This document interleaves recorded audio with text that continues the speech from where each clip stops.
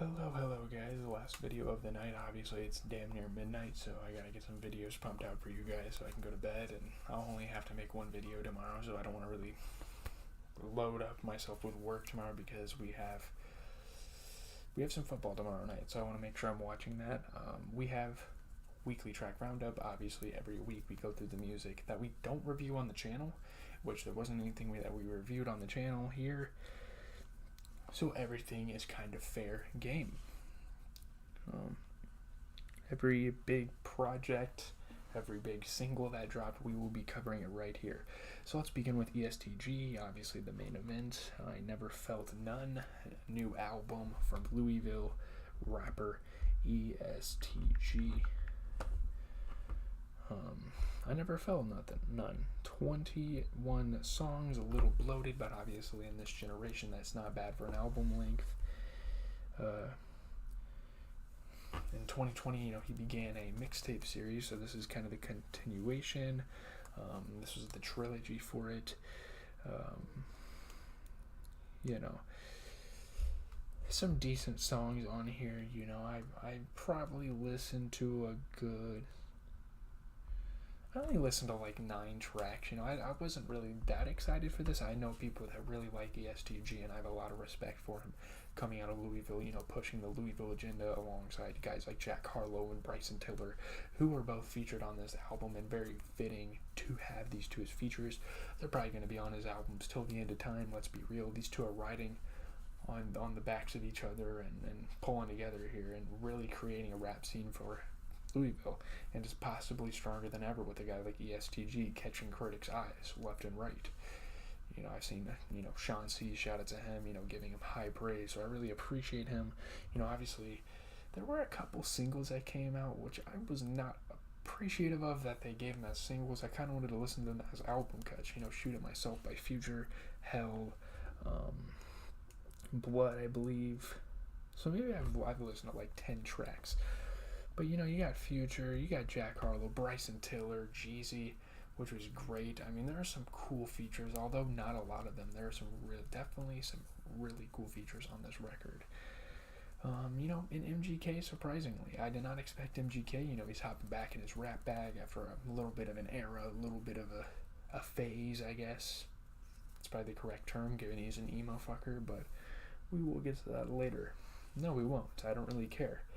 Kind of a forgettable rap verse, but it's not terrible. So yeah, I think Jeezy and Jack Harlow had the best, and obviously the Jack Harlow feature was accompanied by a Lyrical Lemonade video directed by the soon-to-be legend Cole Bennett, who has been bringing hip-hop together to make great creations visually. I love it.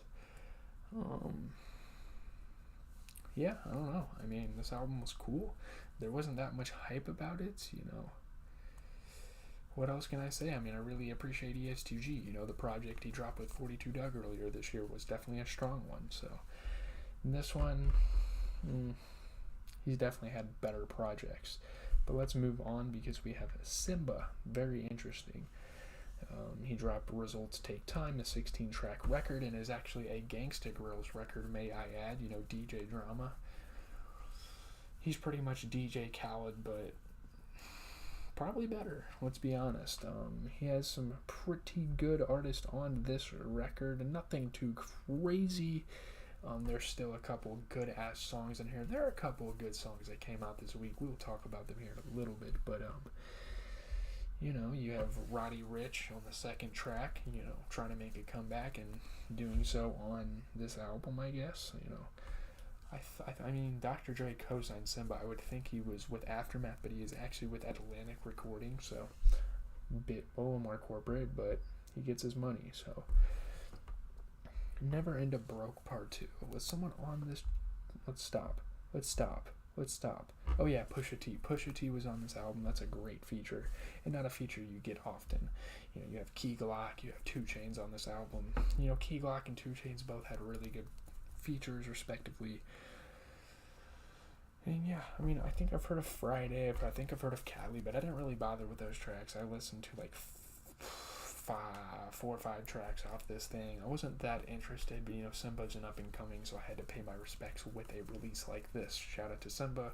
hopefully he continues to get better and better, because he is already getting close to reaching the top and maybe making a breakthrough as an artist, because not a lot of people have, discovered him. So I'm really rooting for him. Blue, with the rebrand, comes a whole new beginning. Originally went as the stereotypical generic ass rap name of Young Blue. He changed his name to just Blue. He's kind of made his own brand.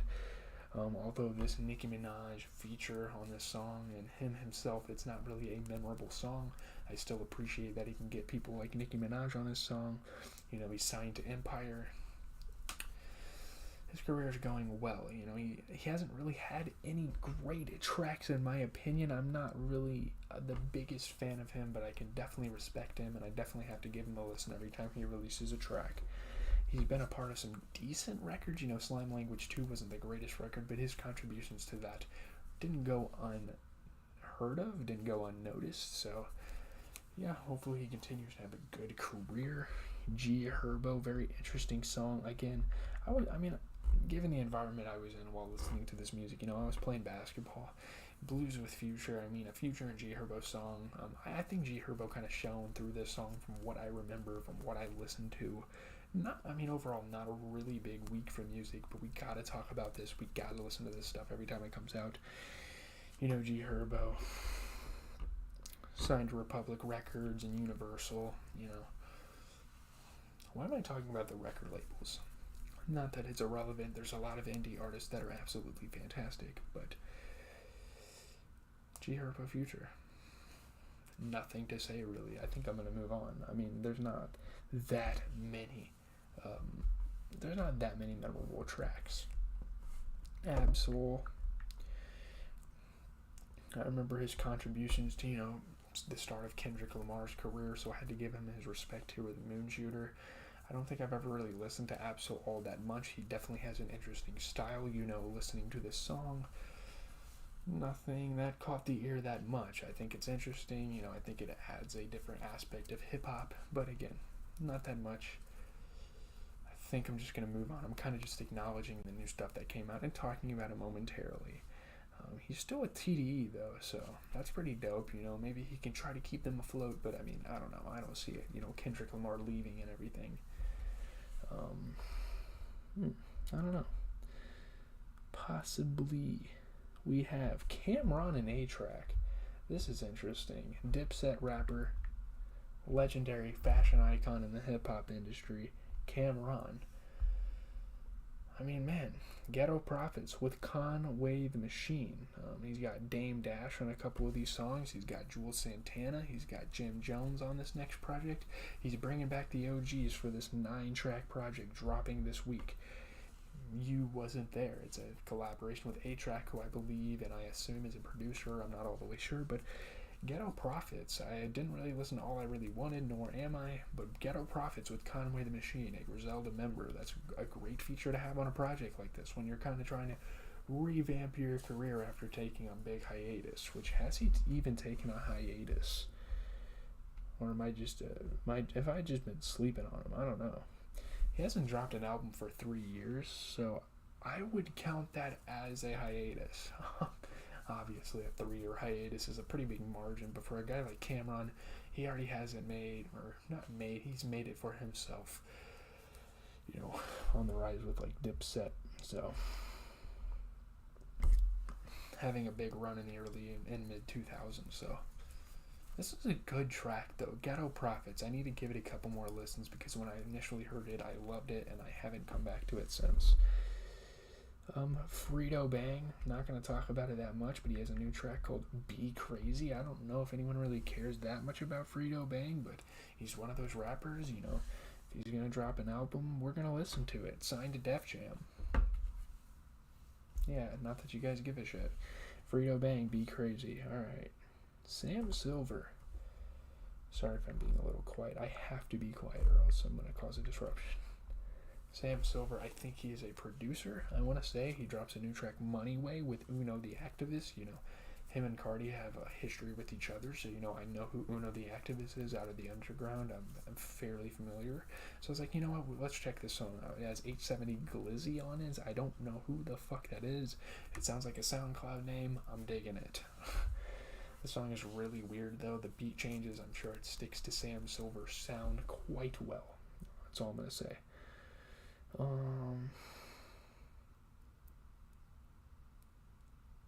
Did we listen to Fresco Trey? Yeah, I listened to Fresco Trey.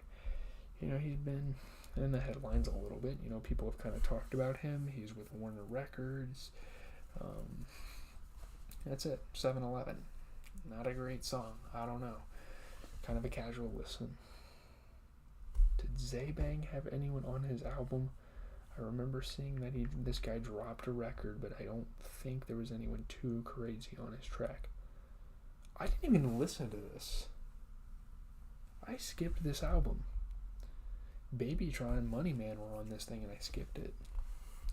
Sorry guys, sometimes I see stuff and I skip it, so not on purpose either. We have an interesting track with who is it? B Love, Ice Spice, the upcoming Munch rapper. You get Skillabang, who's like a Caribbean rapper. J.I., the Prince of NY, who has had a couple hits in his career. Just a Columbia artist. So, yeah, not much to say. It's B Love. Interesting. Only Beano? Oh, we didn't listen to that. We listened to Raw Youngin', which never heard of Raw Youngin', but he has Doughboy on the track, and I don't like Doughboy, but obviously I've heard of Doughboy, so I had to give this track a listen, and wasn't much. I don't think it was terrible, and Doughboy has had some pretty decent features in recent times, so I can't hate on him that much anymore. He's definitely made up a little bit, not all the way, for that trash album he dropped. Don't remember what year or how long ago it was. We have Realist K. This is the guy, obviously, that made a big name for himself. Being on Nav's album, he got, which I think he got signed somewhere. He got signed to Columbia Records, which is great. That's a part of Sony. One for You. Not a memorable track, but it's a Realist K. He made a name off of Nav's album, so I thought I'd check him out one more. Maybe we might even check him out multiple times if he drops more music. And he has features on them. I don't know. Let's just move on from here. I mean, damn it, I don't want to listen. I'm not talking about Lil Durk this week. He didn't even drop a record. Lil Donald dropped an album. He dropped an album. Doesn't have anyone on it that I know of, if he even has anyone at all. And I think that's gonna do it for the week. So yeah, that's music for the week. I don't have much to say. Just a bunch of casual listens. That Cameron track was a highlight. I think Backstage Passes with Jack Harlow and ESTG was a good track. Those are my playlist ads, probably. There might have been a couple of more songs. Maybe the song with Jeezy and ESTG. I don't know. Not a great week for music, but September continues on, and we have great albums coming out this month. So put the notification bell on. As always, there's been GZTV. Leave a like, comment, and subscribe. Notification bell on, please. We review all the biggest albums, and then obviously all the stuff in between, all the filler music we will be talking about on this channel once a week. So that's great. Have a good rest of your night. I'll see you guys tomorrow for my Walking Dead review video, and that's about it. Yeah.